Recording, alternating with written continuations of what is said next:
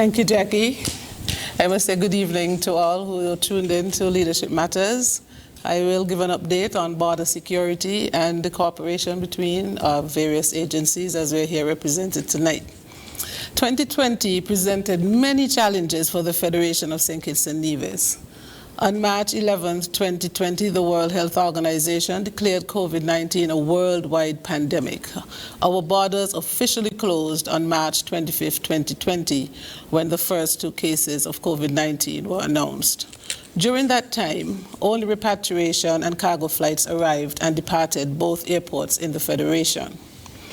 With this new reality created the COVID-19 pandemic, the need to reduce congestions at air and seaports became of paramount importance globally, as the pandemic clearly demonstrated that border security and control would be first and foremost on any government's agenda.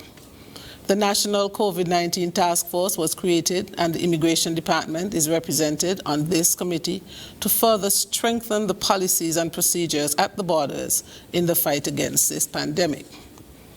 It was important to ensure that the border procedures encourage social distancing, and serious considerations were given to eliminate any direct contact to immigration officers with the processing of passengers at all ports to avoid the spread of the virus, and at the same time create efficient systems that transmit passenger data quickly and reduce congestion at the airport, the arrival ports.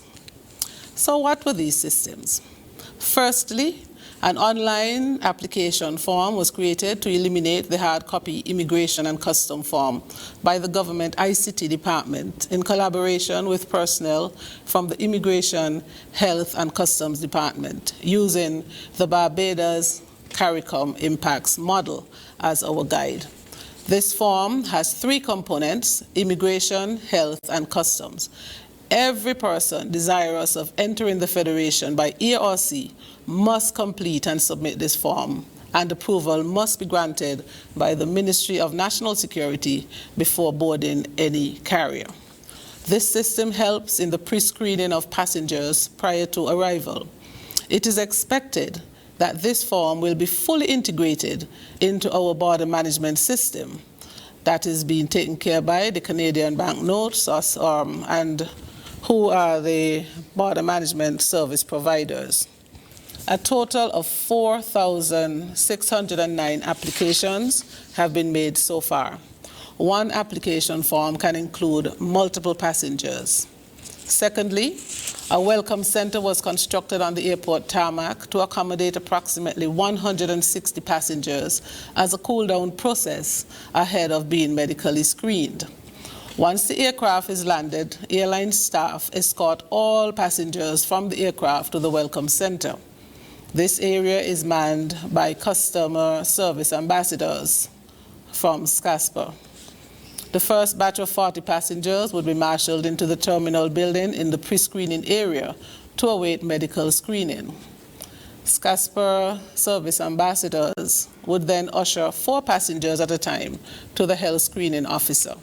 Once this medical screening process is completed, persons will then be directed to immigration. High-risk passengers would be taken to an isolated facility on the ramp.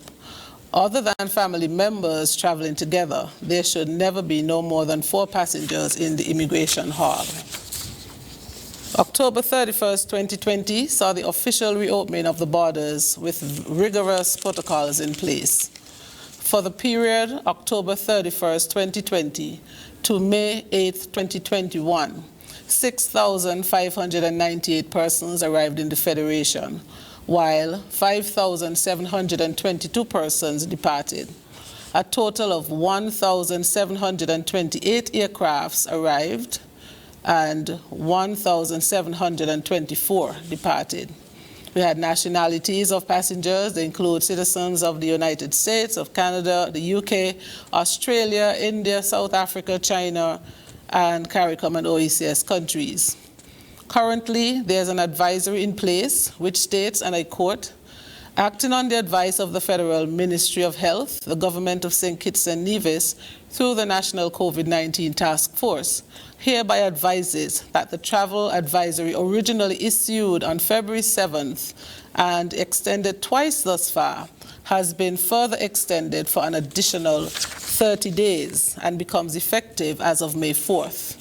The new travel advisory comes as a result of the government's firm interest in continuing to protect our borders and the health and wellness of our citizens and residents in response to the 3 new variants of the COVID-19 virus that have originated in Brazil, the United Kingdom, South Africa, and is now expanded to include India.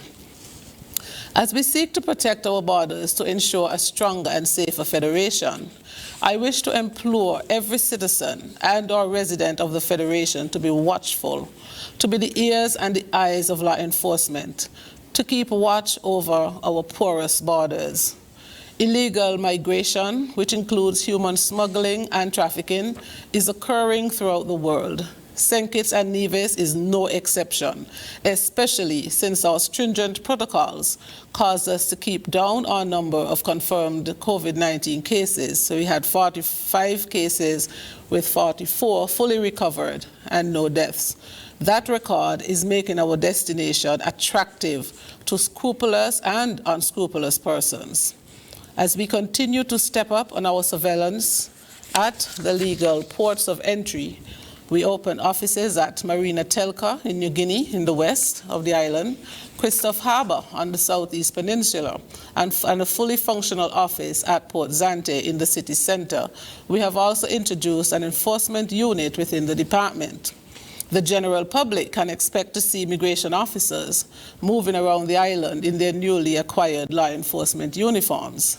This unit was activated primarily to manage the large number of persons overstaying and persons working without the relevant approvals. We are therefore encouraging persons who fit these profiles to visit the Ministry of National Security and have their status regularized as soon as possible. I mentioned earlier the online application form, which is an excellent screening and profiling tool for our department. Before approval can be given by the Immigration Department, behind-the-scene interviews take place with prospective travelers as soon as the form is submitted.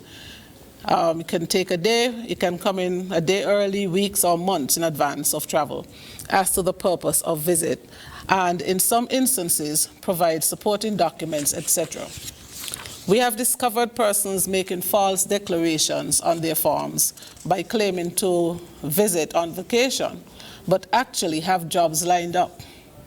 A warning to potential employers of these persons is that it is an offense to employ any non-national without a work permit, which must be applied for, while the prospective employee is outside the Federation, and the employer having fulfilled their local obligations as outlined in the Immigration Act number 602 of 2009, which was revised in December 31st, 2017. The security forces collaborate in our fight against crime and criminal activities.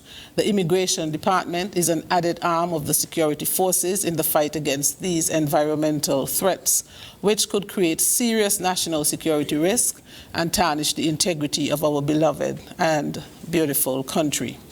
An initiative of the National Security Advisor called Heads of Agencies Security Coordination Conference brings us together fortnightly to report on our various departments and challenges facing each entity. 2 weeks ago, the Chiefs of Immigration and the Comptroller of Customs held our annual meeting virtually to discuss trends on illegal and environmental migration taking place around the region, among other concerns.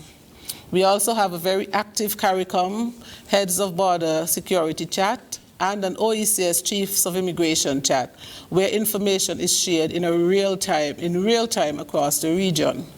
The Joint Regional Coordinating Center and the Regional Intelligence Fusion Center, along with our international partners, Interpol, U.S. Customs and Border Control, Canadian Border Control, and others share in our intelligence gathering and analysis capabilities. Keeping our country and borders safe is a collaborative and coordinated activity. None of us can go it alone. I will close using a line from the Prime Minister's opening remark. The issue of national security is everyone's responsibility.